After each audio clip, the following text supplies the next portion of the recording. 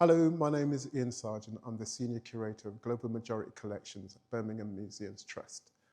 The Global Majority Collection consists of over 9,000 objects from Oceania, South Asia, and the Americas. My particular focus is on the African collection, which consists of 1,900 objects. Most of the African collection dates from the 19th century into the 20th and 21st century. The collection is categorized as ethnographic, meaning there is a strong focus on functional, everyday items such as basket work, tools, utensils, objects of adornment, textiles, and to some extent, weaponry. There are significant gaps in knowledge and provenance of objects in the collection, where some objects are simply listed as being from Africa.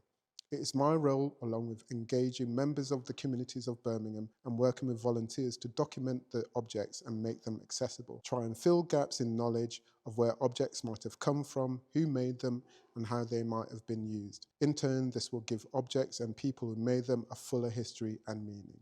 So there are 11 manillas in the African collection, including this one in the Elephant in the Room display and another in the History Gallery. The elephant in the room labels the manila as being a form of currency in West Africa since 1200. Latterly, manila bracelets were made in Birmingham and used as a form of exchange during the transatlantic slave trade.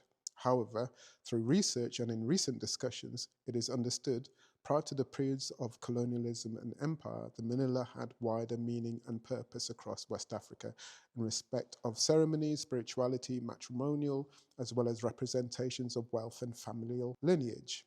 By continuing to research objects such as the manila, we'll be able to give them a much richer description of their purpose. Through thoughtful and insightful curation and interpretation of the elephant in the room display, raises questions about certain objects like these brass figures, which were described by relatives of the donor as primitive. However, does researching these objects and knowing more about the skilled craftspeople who made them and how they were made enable us to view these objects differently, perhaps even as works of art? The witch doctor charms on display here and other objects like this in the African collection raise questions of differing belief systems, as well as historic and problematic language associated with certain objects in the African collection. Again, it is my role in consultation with members of the public to better understand their meaning and how they might have been used. Over the coming months and years, we'll be documenting and researching the Global Majority collection to make them more accessible and better understood, where they came from, who made them, and their purpose, to enable visitors to know and appreciate the city's collection better.